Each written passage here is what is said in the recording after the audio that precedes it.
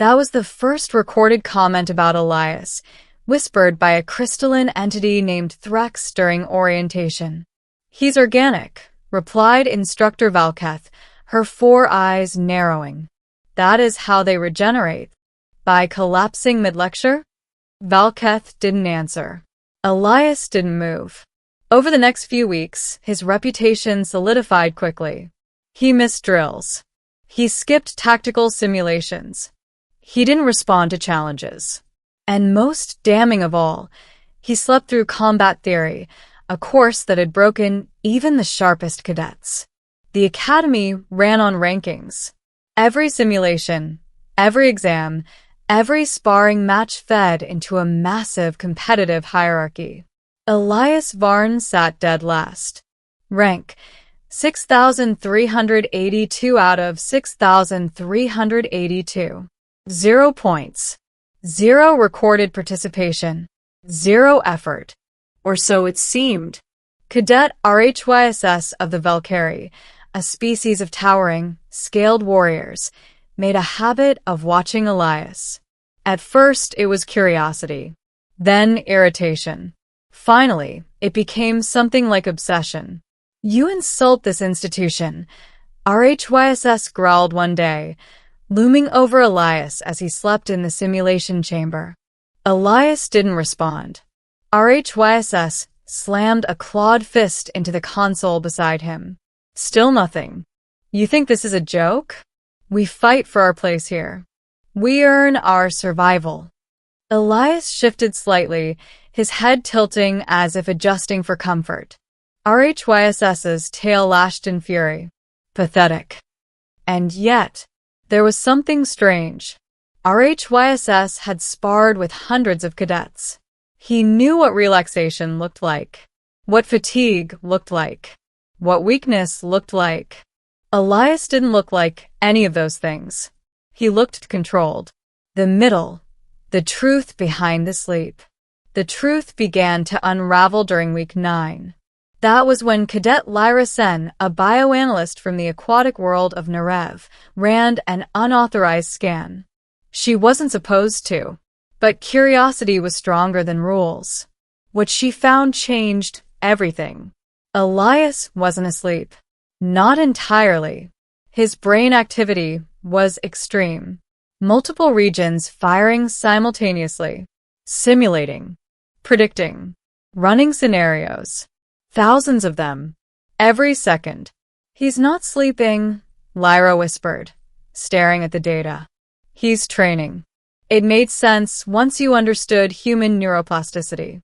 Humans had evolved the ability to dream vividly, to simulate environments, to rehearse actions.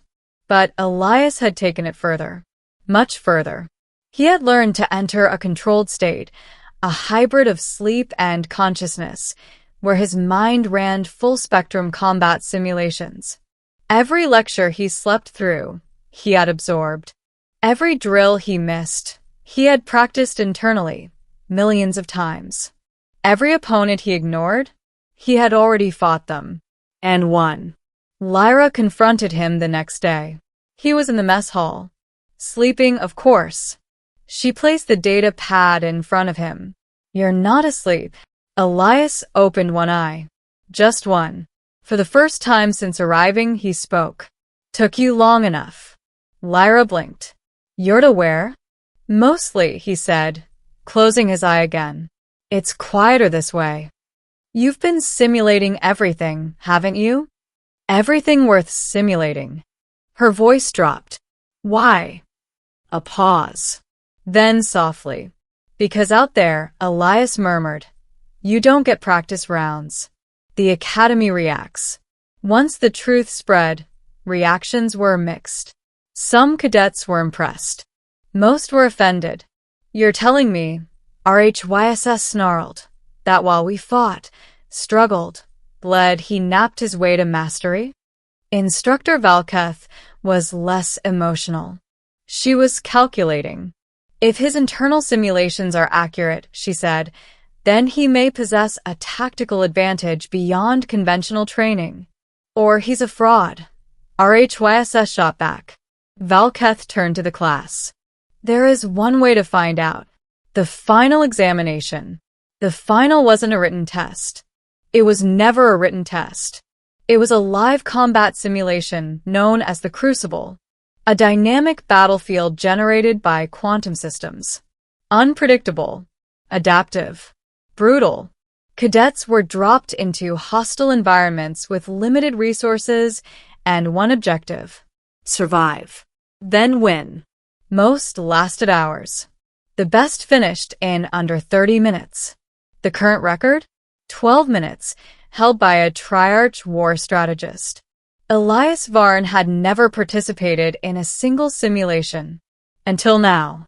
The day everything changed. The arena shimmered into existence. A fractured cityscape under a crimson sky. Enemy signatures. Multiple. Terrain. Unstable. Rules. None. Cadets watched from the observation deck. HFYSS stood at the front. Lyra gripped the railing. Valketh said nothing. Elias stepped into the arena. He stretched. Yawned.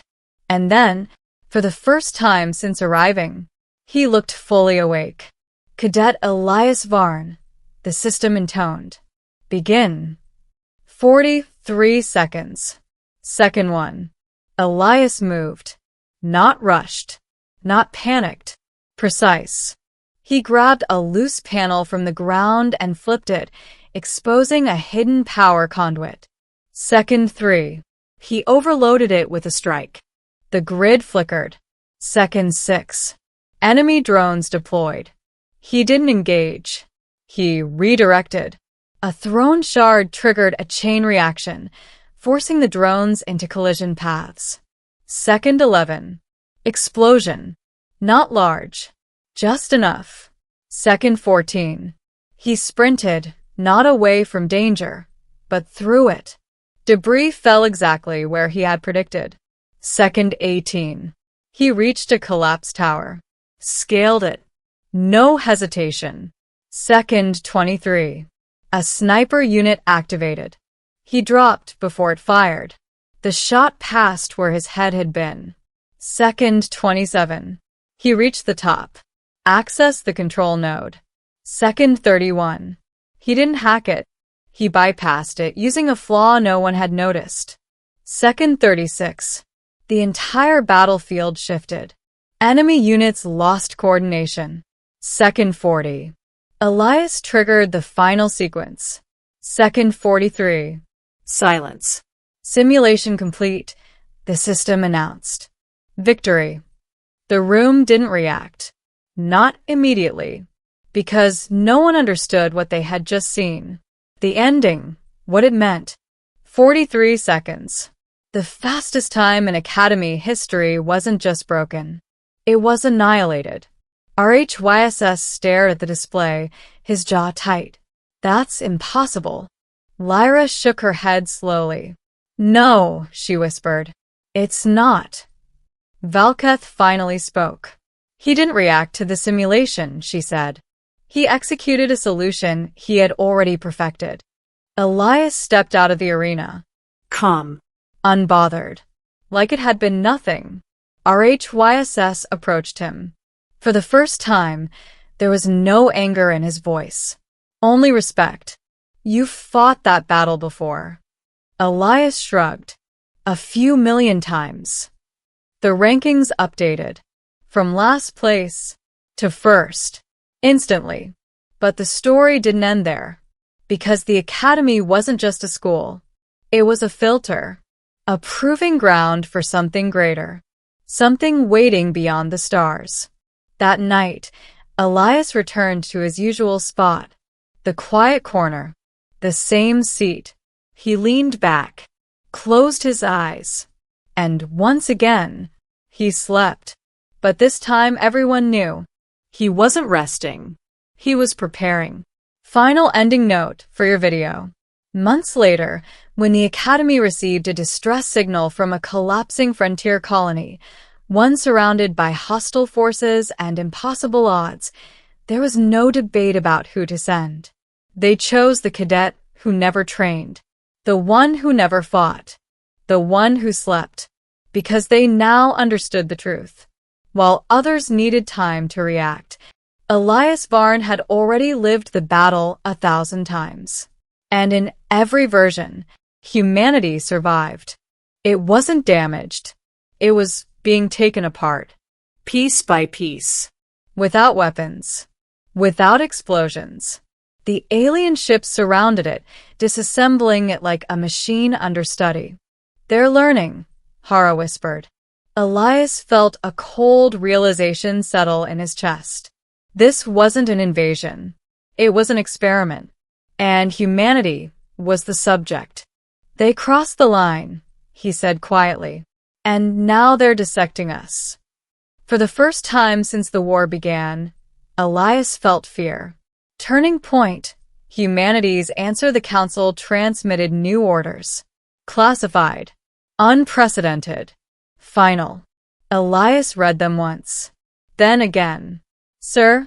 Hara asked. "What is it?" He looked up. His expression had changed. "They've authorized it." The room went silent. Everyone knew what it meant. The last resort. The weapon humanity swore never to use. Project Helios Protocol. A system designed not to destroy ships, but to collapse space itself.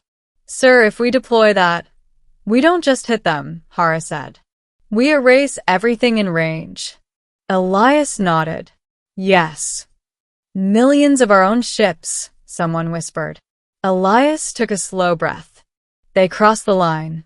He looked at the battlefield, at the dying fleet, at the enemy that saw humanity not as equals, but as something to be taken apart.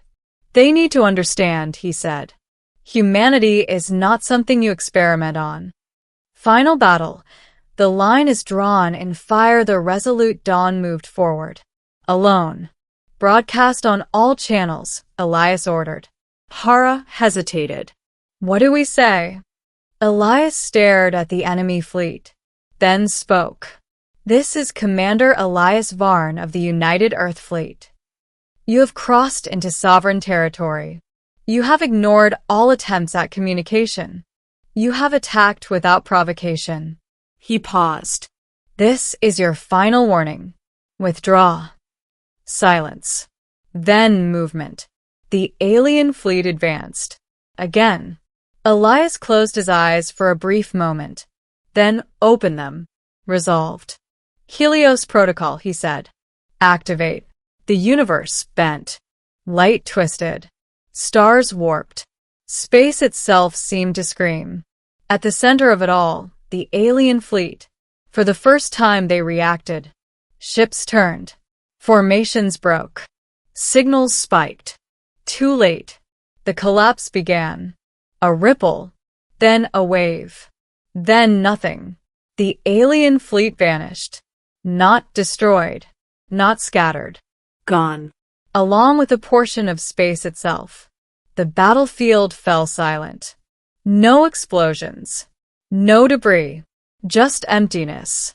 Ending. Humanity responded. The war ended as suddenly as it began. No more signals. No more fleets. No retaliation. Just silence. Weeks passed. Then months. Humanity rebuilt. Monuments were raised. Names were remembered.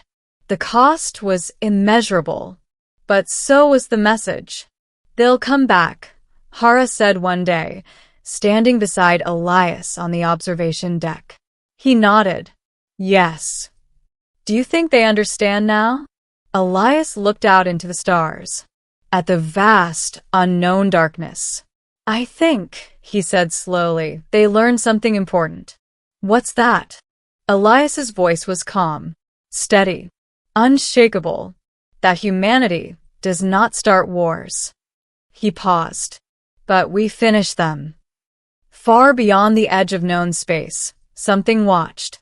Not with anger, not with fear, but with caution. A single transmission echoed across the void. Translated. Analyzed. Understood. "Do not cross the line again." And, for the first time, the universe listened.